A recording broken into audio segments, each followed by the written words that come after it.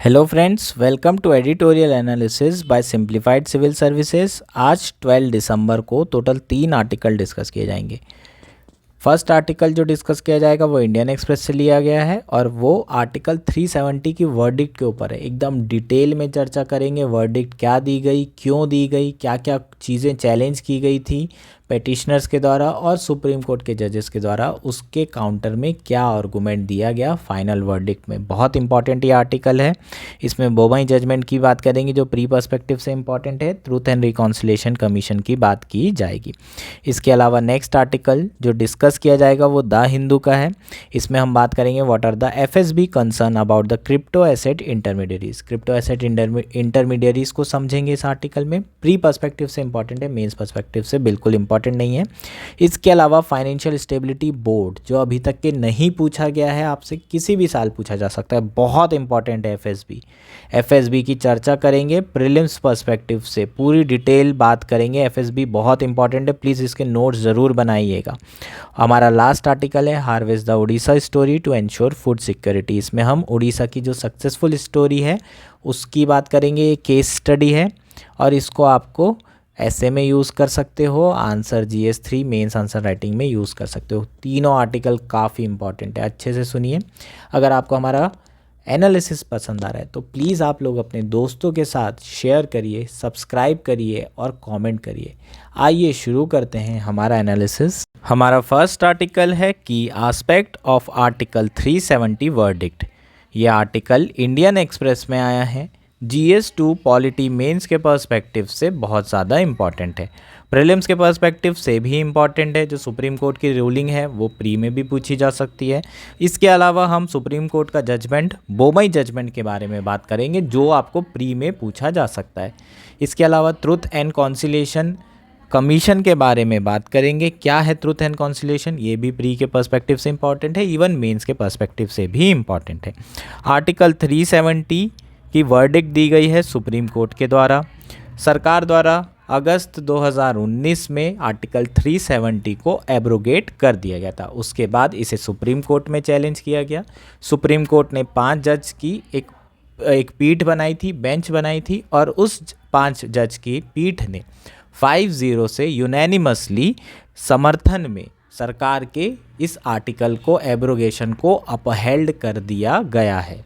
समझ में आया? ये हमारे क्या थे, बेसिक चीज़ें थी। इसमें आर्टिकल में हम कुछ क्वेश्चंस होंगे जो सुप्रीम कोर्ट के द्वारा जिसके क्या क्या जवाब दिए गए हैं, जैसे कि टेम्पररी है या परमानेंट आर्टिकल 370, इसका जवाब दिया गया सुप्रीम कोर्ट के द्वारा। दूसरा, sovereignty of Jammu and Kashmir पे भी सवाल उठाए गए थे कि जम्मू एंड कश्मीर सॉवरेन है, बाकी स्टेट की तरह इंडिया में नहीं आया है, उसकी अपनी आइडेंटिटी है, उसका अपना कॉन्स्टिट्यूशन है, तो वो 370 उनसे नहीं छीना जा सकता। इस तरह के आर्गूमेंट दिए गए थे। उस पर सुप्रीम कोर्ट ने क्या जवाब दिया। उसके बाद जो प्रोसीजर फॉलो की गई 370 हटाने के लिए, है ना, जो प्रेसिडेंशियल ऑर्डर लाए गए, फिर पार्लियामेंट से रिजोल्यूशन पास किया गया, इस तरीके की जो प्रोसेस थी, इसकी लीगलिटी पे भी सवाल उठाए गए और सुप्रीम कोर्ट ने उसमें क्या आंसर्स दिए हैं, इन सारे पहलुओं पे हम चर्चा करेंगे इस आर्टिकल में। समझते हैं आर्टिकल, शुरुआत करते हैं। ठीक है, तो सबसे पहले तो 5-0 से अनोनिमस दे दिया है। सेंटर ने जो एब्रोगेशन किया था 370 आर्टिकल का, उसको वैलिड करार दिया है किसने, सुप्रीम कोर्ट के द्वारा। कौन कौन थे 5 जजेस, इनका नाम भी जान लेते हैं। Chief justice of India CY Chandrachud, justice Sanjiv Khanna, justice BR Gavai, justice SK Kaul, justice Suryakant, इन 5 जजों ने मिलके ये जजमेंट दिया है।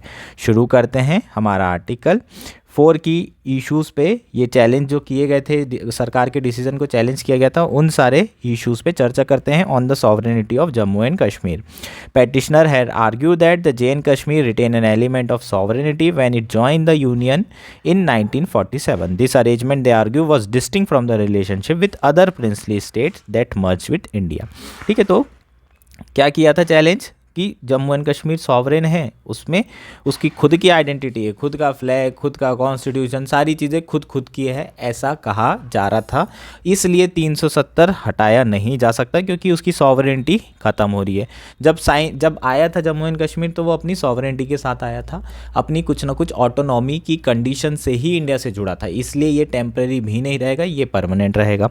अब जो सुप्रीम कोर्ट है, उन्होंने किसका हवाला दिया? सेक्शन 3 का। कौन से कॉन्स्टिट्यूशन में? Constitution of Jammu and Kashmir. जो constitution of Jammu and Kashmir है उसमें सेक्शन 3 में क्या दिया है कि Jammu and Kashmir declare that, ठीक है, Jammu and Kashmir constitution declare that Jammu and Kashmir is a integral part of India. और इसी को सेक्शन 147 के साथ पढ़ा जाए, the Jammu and Kashmir prohibited by any amendment to section 3, है ना। तो सेक्शन 147 में लिखा है कि कोई भी अमेंडमेंट नहीं किया जा सकता, किसमें? सेक्शन 3 में। और सेक्शन 3 में लिखा है कि जम्मू एंड कश्मीर किसका इंटीग्रल पार्ट है? इंडिया का। इसका मतलब कॉन्स्टिट्यूशन में भी लिखा है कि कोई सॉवरेनिटी नहीं है, ये इंडिया का पार्ट है। समझ में आया क्या? इसी सेक्शन का यूज़ करके सुप्रीम कोर्ट ने अपना डिसीजन दिया है। The declaration that constitution of India would not only supersede all other constitutional provision in the state which were inconsistent with it but also abrogate them achieves what would have been attained by an agreement of merger. जो chief justice of India है उनका तो सीधा सीधा ये कहना था कि जैसे ही मर्जर हुआ उसके बाद कॉन्स्टिट्यूशन ऑफ इंडिया बाकी सारे कॉन्स्टिट्यूशन से सर्वोपरि है। जम्मू कश्मीर का कॉन्स्टिट्यूशन कोई मैटर नहीं करता अगर इंडिया के कॉन्स्टिट्यूशन में सारे चेंजेस लाए गए हैं, जो भी नए चेंजेस लाए गए हैं उससे बाकी कोई भी कॉन्स्टिट्यूशन जम्मू एंड कश्मीर का हो या किसी भी स्टेट का, वो उसे खारिज, नल एंड वॉइड कर देता है। तो चीफ जस्टिस ऑफ इंडिया तो डायरेक्टली कह रहे थे। हालांकि जो जस्टिस कॉल थे उन्होंने ये ओपिनियन ज़रूर दिया है कि कहीं ना कहीं JNK की इंटरनल सॉवरेनिटी ज़रूर थी, है ना। जब उन्होंने इंस्ट्रूमेंट ऑफ एक्सेशन साइन किया था तो कुछ ना कुछ सॉवरेनिटी थी और इसको जो है रिकॉग्नाइज़ किया है जस्टिस ने, लेकिन इसका कोई भी फाइनल कंक्लूजन पे बीरिंग नहीं है ना। जो फाइनल डिसीजन है इसका मतलब उनके इस ऑब्जर्वेशन का फाइनल बीरिंग पे कोई भी, फाइनल रिजल्ट्स पे कोई भी बीरिंग नहीं है, कोई भी चेंजेस नहीं आ रहे हैं। ठीक, अब बात करते हैं 370 टेम्पररी है या परमानेंट। ठीक, बहुत सारे जो हमारे आर्गूमेंट कर रहे थे पेटिशनर्स, उनका कहना क्या था कि 370 अब परमानेंट हो चुका है, 370 अब टेम्पररी नहीं रहा है। क्यों ऐसा कहा जा रहा था? क्योंकि कॉन्स्टिट्यूएंट असेंबली बनाई गई थी और कॉन्स्टिट्यूएंट असेंबली ही 370 हटा सकती है, लेकिन कॉन्स्टिट्यूएंट असेंबली ख़त्म कर दी गई।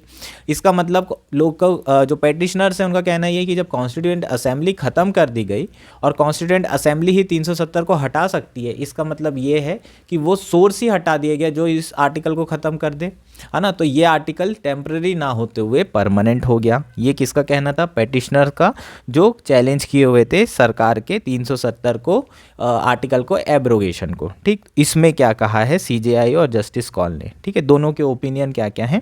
दोनों ने माना है कि 370 हमेशा से टेम्पररी फीचर था। अगर आप आर्टिकल में देखेंगे 370 में तो वो टेम्पररी शुरुआत से था।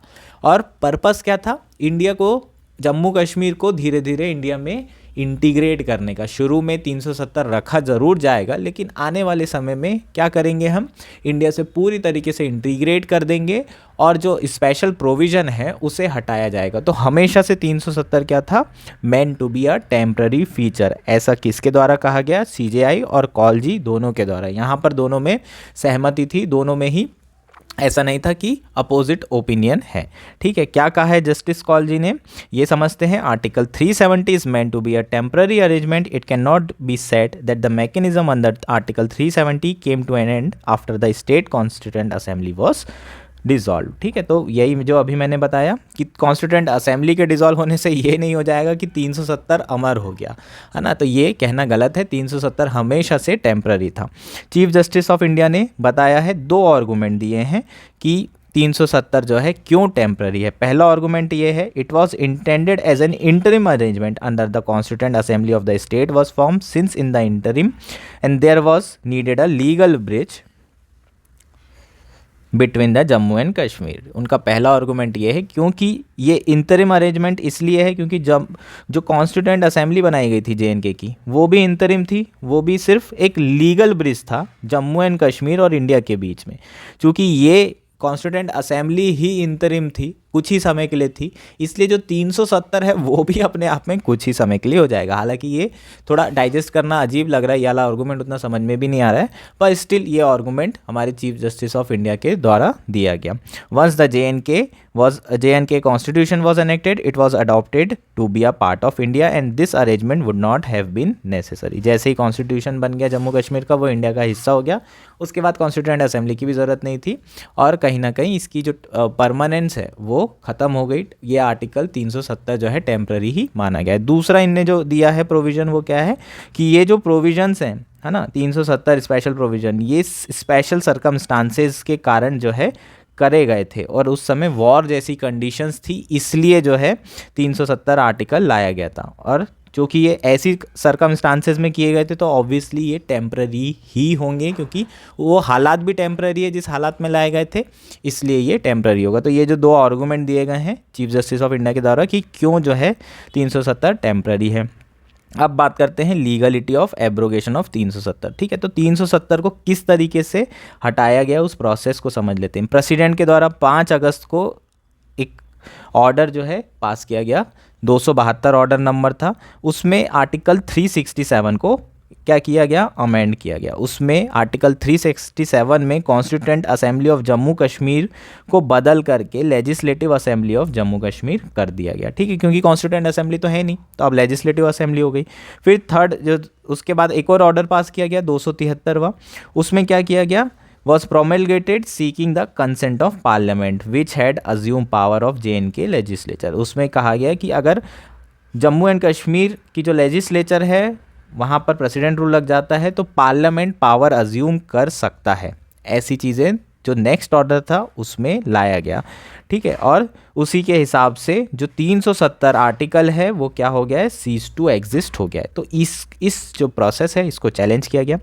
जस्टिस कॉल ने कहा कि ये प्रोसेस एकदम बढ़िया है, इसमें कोई दिक्कत नहीं है। चंद्रचूड़ जी ने कहा कि पहला वाला जो कॉन्स्टिट्यूएंट असेंबली है उसको फर्स्ट वाली चीज़ को करने की भी ज़रूरत नहीं थी। अगर आप डायरेक्टली प्रेसिडेंशियल ऑर्डर दे देते तो भी हो जाता, है ना, क्योंकि कॉन्स्टिट्यूएंट असेंबली है ही नहीं, वो तो पहले से ही टेम्पररी थी, वो तो इंतरिम थी। अब वो जब है ही नहीं, एग्जिस्ट ही नहीं करती, तो चेंज करने का कोई सेंस नहीं है। उस कॉन्स्टिट्यूएंट असेंबली के ख़त्म होने के बाद सारी चीज़ें कौन करता आया है, प्रेसिडेंशियल ऑर्डर ही करते आए हैं। जम्मू कश्मीर में कॉन्स्टिट्यूशन में कोई भी बदलाव होंगे वो कौन करेगा, प्रेसिडेंशियल ऑर्डर के थ्रू होगा।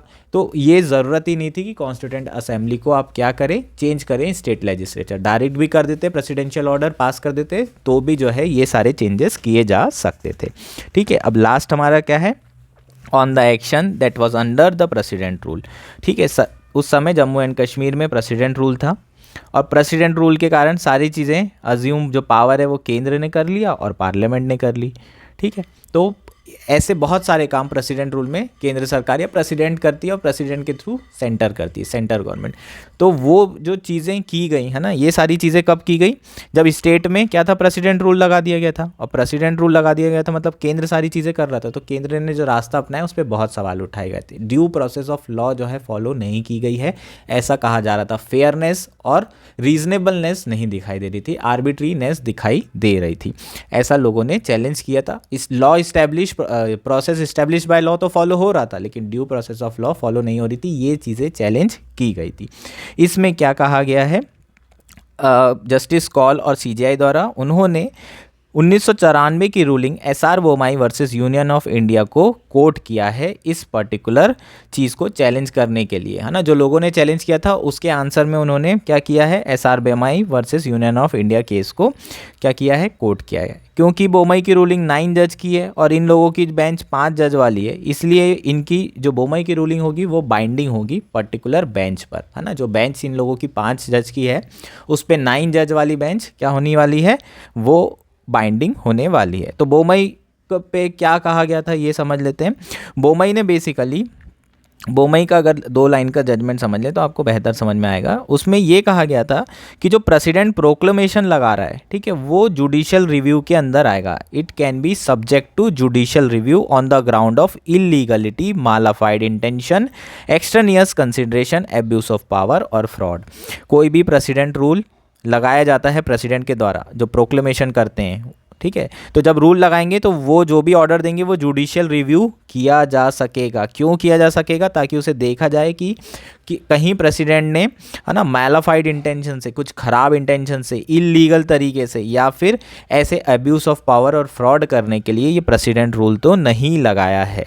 ठीक है, इसलिए उसके इंटेंशन चेक किए जाएंगे। यहाँ पर भी हमने एसआर बोमाई केस की जो रूलिंग है उसको अप्लाई किया है, और जो 5 जजेस हैं उन्होंने क्या कहा है, the standard to decide the validity of president action was to see whether it was not mala fide और पल्पेबली इरेशनल और that the advisability and the necessity of the action was not borne in mind by the president.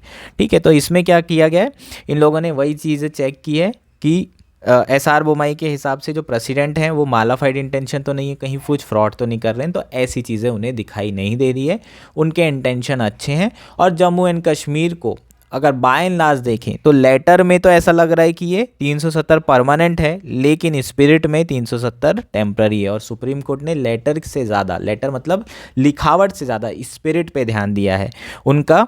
अगर आप देखें यहाँ पर जो कौल जी ने लिखा है, बहुत बढ़िया लाइन लिखी है, इसको आप डायरेक्टली नोट्स में लिख सकते हैं। The purpose of the article 370 was to slowly bring JNK on par with other state. शुरुआत में जो 70 लाए थे 370, उसका पर्पस क्या था, जम्मू एंड कश्मीर को बाकी स्टेट की तरह क्या कर देना, इंडिया से इंटीग्रेट कर देना।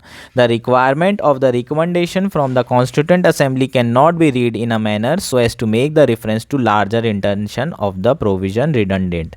ठीक है, तो ये जो 370 वाली जो रिक्वायरमेंट थी, कॉन्स्टिट्यूएंट असेंबली ही लगेगी 370 हटाने के लिए, इसको तो नहीं वापस लाया जा सकता, इसलिए हमें जो ओवरऑल स्पिरिट थी 370 लाने की, वो क्या थी, इंडिया के साथ इंटीग्रेट करना, मेन स्ट्रीम करना।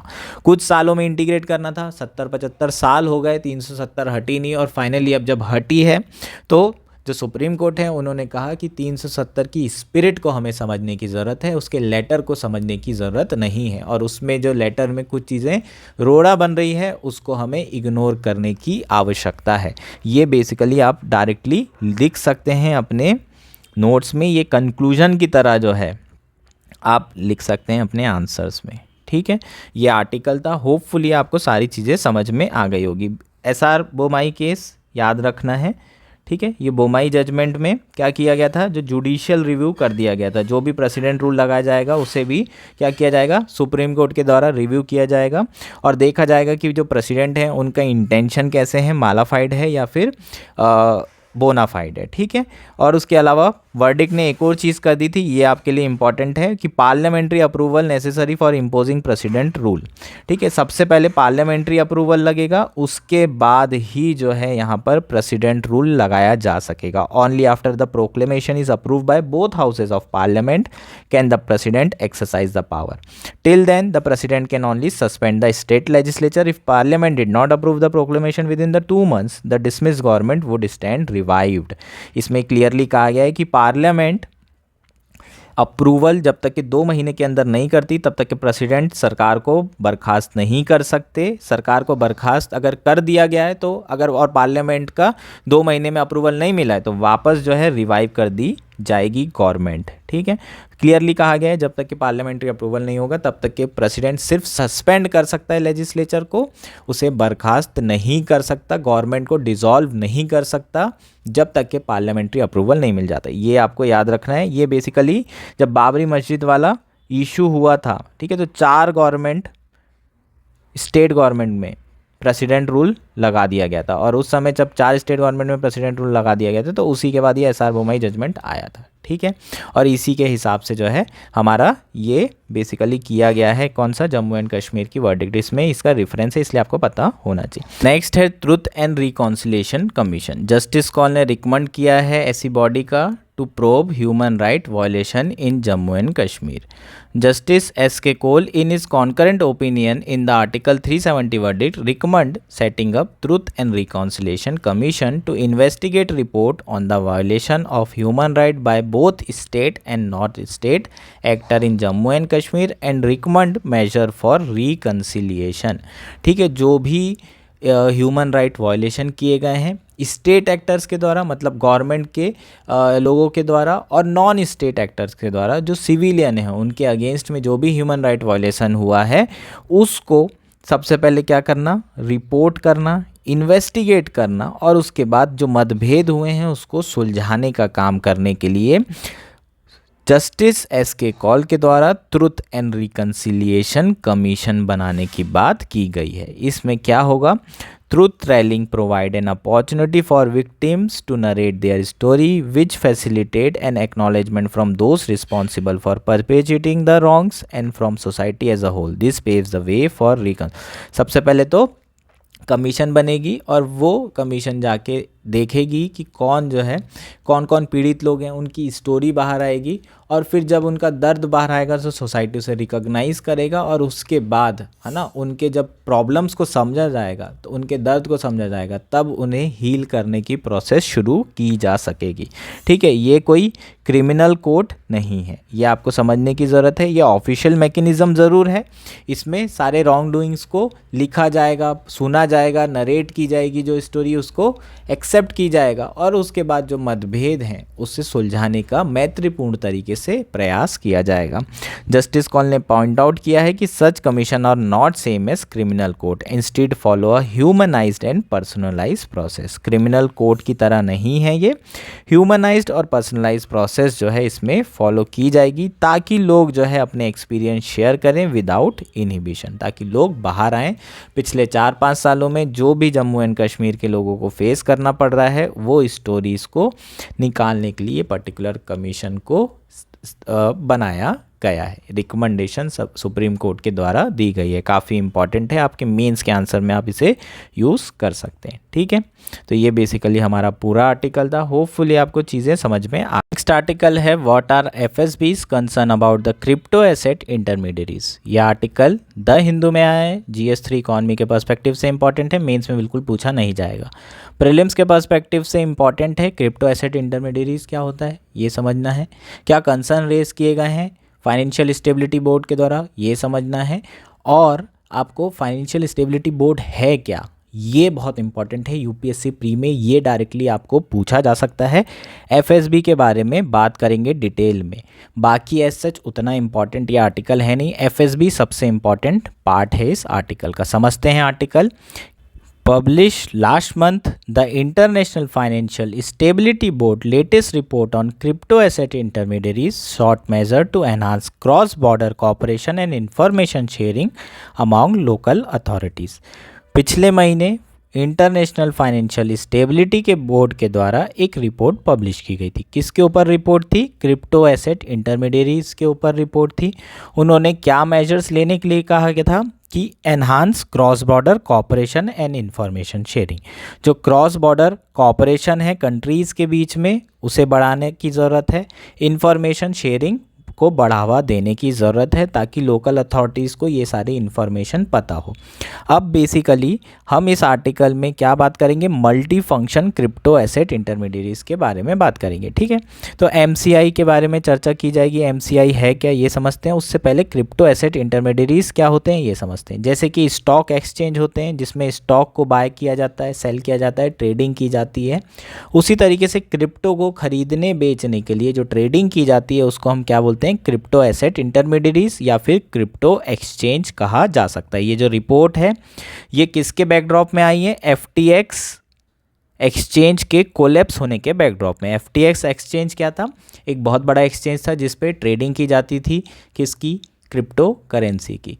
इसमें एक्सचेंज में जो ट्रेडिंग की जाती थी उसके बाद ये एक्सचेंज क्या हो गया? कोलैप्स हो गया बीच में। ठीक है, तो बहुत लोगों का पैसा डूब गया क्योंकि रेगुलेटरी मैकेनिज्म इतनी ज़्यादा थी नहीं, इसलिए ये सारी चीज़ें हुई।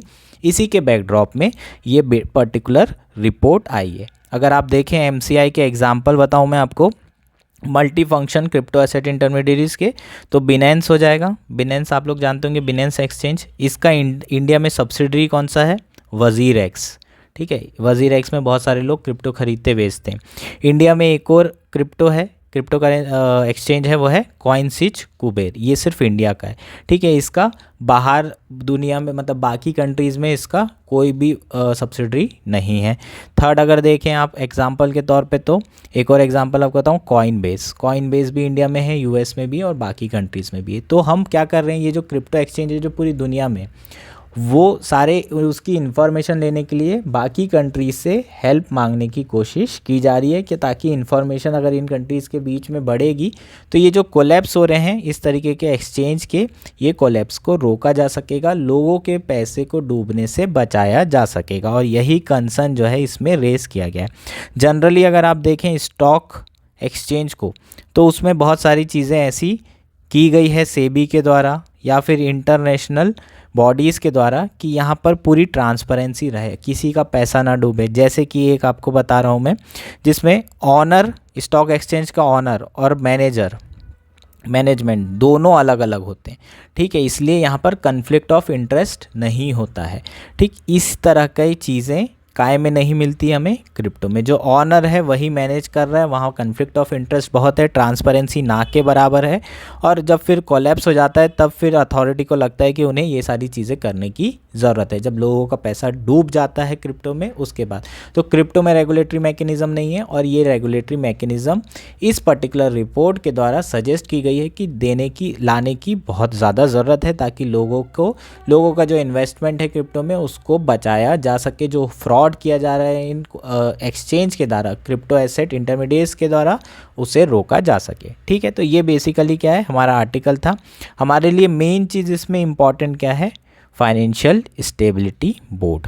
पहला इंपॉर्टेंट पॉइंट क्या है, it is an international body that monitor and make recommendation about global financial system. ये एक इंटरनेशनल बॉडी है जो मॉनिटर करती है और रिकमेंड करती है ग्लोबल फाइनेंशियल सिस्टम के लिए, उसकी स्टेबिलिटी इंश्योर करने के लिए कई सारी चीज़ें मॉनिटर और रिकमेंड की जाती है। कब इस्टेब्लिश की गई थी, it was established in 2009 after G20 summit in London as a successor of financial stability forum. ठीक है, तो इसे G20 समिट में क्या किया गया था, इसे इस्टेब्लिश किया गया था। G20 समिट 2009 में कहाँ हुआ था, लंदन में। इस FSB का हेडक्वार्टर कहाँ है, बेसल में, स्विट्ज़रलैंड में। आपको हेडक्वार्टर पता होना चाहिए, लंदन में हेडक्वार्टर नहीं है। G20 समिट हुआ था लंदन में, उसके बाद इसे इस्टेब्लिश किया गया। इसका हेडक्वार्टर बेसल में है और स्विट्ज़रलैंड में है। ठीक है, इस जो बोर्ड है it includes all G20 major economy. ठीक है, तो G20 मेजर इकॉनमी तो ऑब्वियसली इसमें होगी क्योंकि G20 समिट में इसे इस्टेब्लिश किया गया है। It consist of 68 member institution, लगभग 68 मेंबर हैं इसमें। ये जो डेटा है आपको याद रखना है। ठीक है, डायरेक्टली FSB पूछा जा सकता है। अब नेक्स्ट इंपॉर्टेंट पॉइंट क्या है, it also comprises several central bank governors, ministries of finance. ठीक है, ये सारी चीज़ें ये बेसिकली FSB में पार्टिसिपेट करते हैं।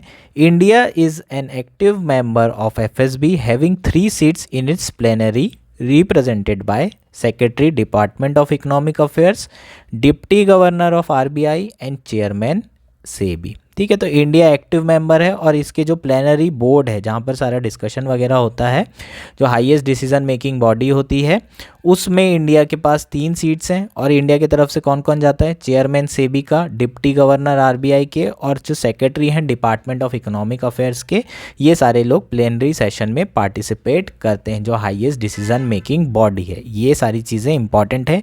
ये वाला पोर्शन ज़्यादा इंपॉर्टेंट है, ये वाला पोर्शन उतना इंपॉर्टेंट नहीं है, लेकिन आपको पता होना चाहिए क्रिप्टो एसेट इंटरमीडिएरीज होते क्या हैं। ठीक, ये हमारा आर्टिकल था, होपफुली आपको चीज़ें समझ में आ गई। हमारा लास्ट आर्टिकल है harvest the Odisha story to ensure food security. यह आर्टिकल द हिंदू में आया है। GS3 मेंस के पर्सपेक्टिव से बहुत ज़्यादा इंपॉर्टेंट है, एग्रीकल्चर के पर्सपेक्टिव से इंपॉर्टेंट है। UPSC प्रीलिम्स में बिल्कुल नहीं पूछा जाएगा, लेकिन मेंस के लिए काफ़ी इंपॉर्टेंट है। ओडिशा की जो स्टोरी है टू एंश्योर फूड सिक्योरिटी, ये आप कोट कर सकते हैं अपने मेंस के आंसर राइटिंग में। आप जो स्ट्रैटेजी अपनाई है उसको सॉल्यूशन में डाल सकते हैं और लास्ट में कंक्लूजन भी लिख सकते हैं कि ओडिशा की जो सक्सेसफुल स्टोरी है उसे ऑल इंडिया लेवल पर इम्प्लीमेंट करने की ज़रूरत है। समझते हैं कि स्टोरी क्या है, ओडिशा ने क्या किया था। अभी जो रिसेंटली COP चल रहा है 28 दुबई में, वहाँ पर एक कंसर्न बहुत ज़्यादा रेस किया जा रहा है वो है क्लाइमेट चेंज के कारण जो फूड सिक्योरिटी है उसको बहुत बड़ा खतरा है। अगर हम बात करें उड़ीसा की, तो उड़ीसा ऐसी जगह है जहाँ पर क्लाइमेट चेंज के सबसे ज़्यादा इम्पैक्ट होने वाले हैं, है ना। उसकी जोग्राफ़ी को देखें या फिर उसकी फ़िज़िकल कंडीशंस को देखें तो वो कोस्टल एरिया है, बहुत ज़्यादा यहाँ पर साइक्लोन आते हैं, वनरेबिलिटीज़ बहुत है, और उसके बावजूद भी जो उड़ीसा है वहाँ पर फूड सिक्योरिटी इंश्योर की गई है पिछले 2 डिकेड में। और जो मॉडल वहाँ पर इम्प्लीमेंट किया गया है उसके बारे में हम इस आर्टिकल में चर्चा करेंगे। Orissa transformational journey is increasingly being cited as a model and a source of idea for creating food security that is build among equity and sustainability. जो जर्नी है उड़ीसा की उसे एज अ मॉडल की तरह देखा जा रहा है पूरे विश्व में।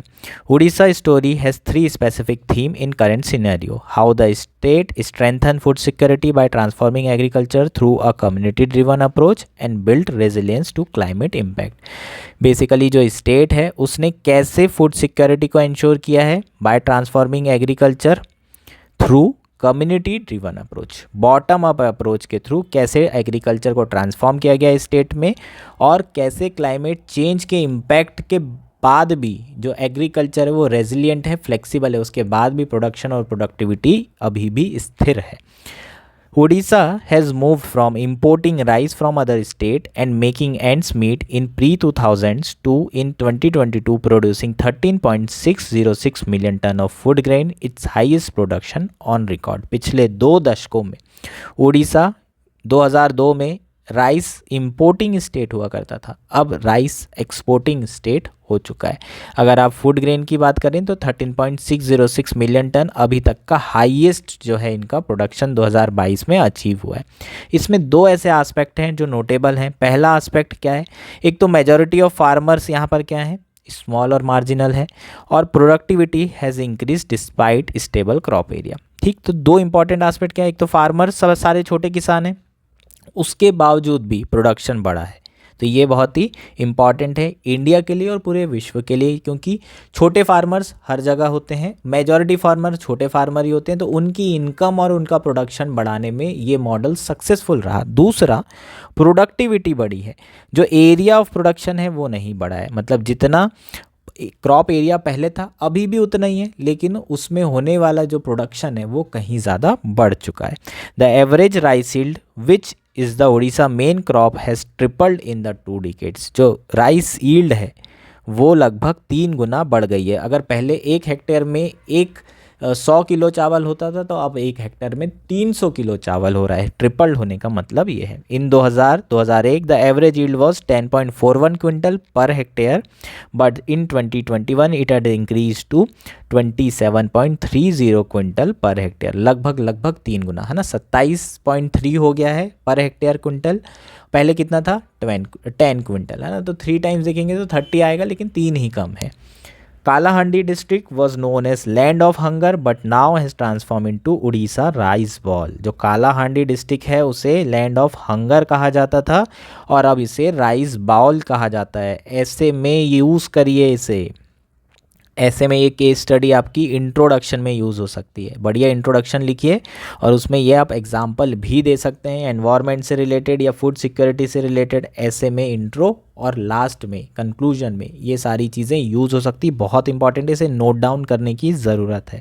ठीक है, उड़ीसा के जो चीफ मिनिस्टर हैं नवीन पटनायक जी, उन्होंने ये सारी चीज़ें united nation world food programme के हेडक्वार्टर में एक एड्रेस के थ्रू सारी चीज़ों को बताया था कि उड़ीसा किस तरीके से ये सारी चीज़ें इम्प्लीमेंट कर रहा है और अचीव कर रहा है SDG 2 zero hunger goal of sustainable development. Focus किसके ऊपर है, स्मॉल एंड मार्जिनल फार्मर के ऊपर है, उनकी इनकम बढ़ाने के ऊपर है। ठीक है, इसके लिए क्या क्या किया गया है, एक फ्लैगशिप स्कीम जो है इम्प्लीमेंट की जा रही है जिसका नाम है कालिया, कृषक assistant for livelihood and income augmentation. इसके थ्रू जो कालिया है ना, ये जैसे PM किसान है वैसे ही कालिया स्कीम है, इसके थ्रू पैसे दिए जाते हैं किसानों को डायरेक्टली उनके बैंक अकाउंट में। And disseminating scientific crop management practices through conventional and digital extension have increase non paddy cultivation. ठीक है, दूसरा देखें तो कालिया स्कीम में इम्प्लीमेंट की जा रही है। उसके अलावा क्या कर रहे हैं, हम एग्रीकल्चर एक्सटेंशन बढ़ा रहे हैं। एग्रीकल्चर एक्सटेंशन के थ्रू हम लोगों को बता रहे हैं कि किस तरीके से क्रॉप मैनेजमेंट होना चाहिए। डाइवर्सिफिकेशन ऑफ एग्रीकल्चर क्रॉप होना चाहिए, उसी के कारण नॉन पैडी क्रॉप कल्टीवेशन जो है क्या हुआ है, बढ़ गया है। नॉन पैडी क्रॉप कल्टीवेशन बढ़ा है। तो ओवरऑल अगर हम बात करें तो उड़ीसा का जो एरिया है राइस कल्टीवेशन का वो इनफैक्ट कम हुआ है। पैडी कल्टीवेशन का एरिया पिछले 2 दशक में कम हुआ है और मिलेट और अदर क्रॉप्स का एरिया बढ़ा है, जो कि बहुत अच्छी बात है ना। ये डाइवर्सिफिकेशन शो कर रहा है। डाइवर्सिफिकेशन के मैं पहले भी आपको बेनिफिट्स बता चुका हूँ। एनवायरमेंटल बेनिफिट होते हैं कई सारे, इसके अलावा जो रिस्क होती है वो काफ़ी कम हो जाती है ना। जब आप एक साथ कई सारी क्रॉप लगाते हैं, यूज़ करते हैं, तो क्रॉप के फेलियर होने का खतरा कम हो जाता है। ठीक है, पैडी का कल्टीवेशन डिक्रीज हुआ है। इस और भी कई सारी स्कीम जो है इसको इम्प्लीमेंट की जा रही है, जैसे कि उड़ीसा मिलेट मिशन, जिसके थ्रू मिलेट का प्रोडक्शन बढ़ाया जा रहा है, डाइवर्सिफिकेशन क्रॉप किया जा रहा है और क्लाइमेट रेजिलियंस को बढ़ावा दिया जा रहा है। ठीक है, अब बात करते हैं मॉडल की। एग्जैक्टली मॉडल में सरकार के द्वारा, उड़ीसा के द्वारा क्या किया गया है। उड़ीसा ने प्रोएक्टिवली डेवलप किया है comprehensive climate change action plan to address concerns. कौन कौन से कंसर्न्स हैं? बेसिकली जो क्लाइमेट चेंज होगा उसके कारण उड़ीसा वैसे ही वनरेबल स्टेट है, कोस्टल स्टेट है, तो बहुत ज़्यादा चांसेस है कि क्लाइमेट चेंज के इम्पैक्ट उड़ीसा को हो। तो उस वनरेबिलिटीज़ को कम करने के लिए comprehensive climate change action plan बनाया गया है। इस प्लान में बहुत सारे सेक्टर कवर किए गए हैं: agriculture, coastal zone protection, energy, fisheries, animal, forest, health, industries, mining, transport, etcetera etcetera. ठीक है, इसको कौन मॉनिटर करेगा? एक कमेटी बनाई गई है हेडेड बाय चीफ सेक्रेटरी, जो इन सारी चीज़ों को मॉनिटर करेगा। इन प्लान्स को बनाने में सिविल सोसाइटी का भी हेल्प लिया गया है, लोकल पार्टिसिपेंट्स का हेल्प लिया है, लोकल स्टेक होल्डर का हेल्प लिया है। उसके बाद ये प्लान को डेवलप किया गया है। It's a bottom up approach. ठीक है, जो नीचे से ऊपर की अप्रोच है, मतलब लोगों से सारी इन्फॉर्मेशन लेके ये प्लान को डेवलप किया गया है और इसके इम्प्लीमेंटेशन में भी बॉटम अप अप्रोच होगी, बॉटम से लेके ऊपर तक सारी चीज़ें होगी। ठीक है, जनरली सरकार की सारी स्कीम टॉप टू बॉटम होती है, ऊपर से स्कीम आती है जो बना दिया, ऊपर से बना के नीचे इम्प्लीमेंट तक कर रहे हैं। अब यहाँ पर नीचे से सारी चीज़ें हो रही है, ऊपर पहुँच रही है। The crop weather watch group conduct weekly meeting, sees field visit by officer and has video conference to monitor the crop programme.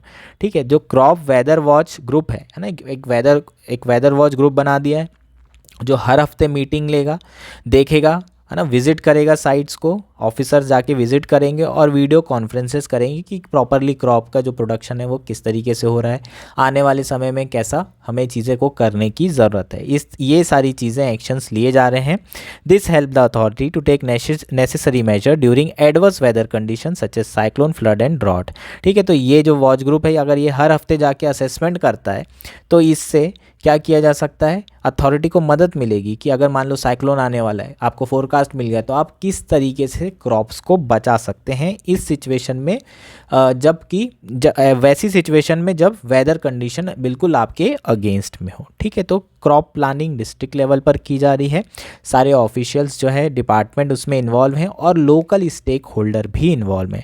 Farmers are adopting climate resilient cultivation practices that include integrated farming, zero input based natural farming, non paddy crop, better water management, water saving devices, e pest surveillance and large scale farm mechanisation with women friendly digitally reducing farm implements. ठीक है, तो ये सारी चीज़ें है ना आपको करने की ज़रूरत है, वो सारी चीज़ें इंप्लीमेंट हो रही है। आप ये सारी चीज़ें आप जनरली इंडिया के लिए भी लिख सकते हो कि इंडिया को अगर क्रॉप मैनेजमेंट करना है या फिर एग्रीकल्चर को क्लाइमेट रेजिलिएंट बनाना है तो उसे क्या क्या करने की ज़रूरत है, उसे ये सारी चीज़ें करने की ज़रूरत है। क्या? इंटीग्रेटेड फार्मिंग होना चाहिए, zero input based natural farming करो, नॉन पैडी क्रॉप्स को बढ़ावा दो, बेटर वाटर मैनेजमेंट करो। ठीक है, वाटर सेविंग डिवाइसेस का यूज़ करो ताकि वाटर बचाया जा सके जितना बचा सकते हैं, ई पेस्ट सर्वेलेंस करो, ड्रोन का यूज़ करो स्प्रेइंग करने में। ये सब सारी चीज़ें आपको करने की ज़रूरत है। फार्मर को ट्रेनिंग देने की ज़रूरत है ताकि वो अच्छे से ये सारी छोटी छोटी चीज़ों को समझ सके। Integrated crop management, nutrient, pest management, ये सारी चीज़ें समझ सकें और उसी के कारण हमारा फूड ग्रेन प्रोडक्शन बढ़ता है। According to the available static for 2020-21, Orissa produces 9% of total rice in India and account for 4.22% of total food grain production in of the country. ये इसकी सक्सेस स्टोरी का एविडेंस है। ठीक है, डेटा दिया हुआ है, टोटल 9% प्रोडक्शन कर रहा है राइस का उड़ीसा। पहले इंपोर्ट करता था और अब सडनली 9% प्रोडक्शन जो है हो गया है और इवन एक्सपोर्ट कर रहा है। ओवरऑल फूड ग्रेन की बात करें तो 4.22% पूरे इंडिया का फूड ग्रेन जो है प्रोडक्शन कर रहा है उड़ीसा के द्वारा। और बहुत सारे छोटे छोटे प्रोग्राम भी चलाए जा रहे हैं, यहाँ पर दिया हुआ है। ये छोटे छोटे प्रोग्राम आपको ऐसे ज़रूरत तो नहीं है, पर आप एक बार रीड कर सकते हैं। ठीक है, तो उड़ीसा की ये ट्रांसफॉर्मेशनल जर्नी है। ये सारी चीज़ें आप अपने आंसर्स में लिख सकते हैं एज अ सॉल्यूशन। ठीक, होपफुली ये आर्टिकल आपको समझ में आ गया होगा। इजी आर्टिकल है, उतना ज़्यादा मतलब डिफ़िकल्ट नहीं है समझने के लिए। बस आपको कुछ चीज़ें नोट डाउन करनी होगी और इसका बेहतर यूज़ करना होगा। Thank you and enjoy your day.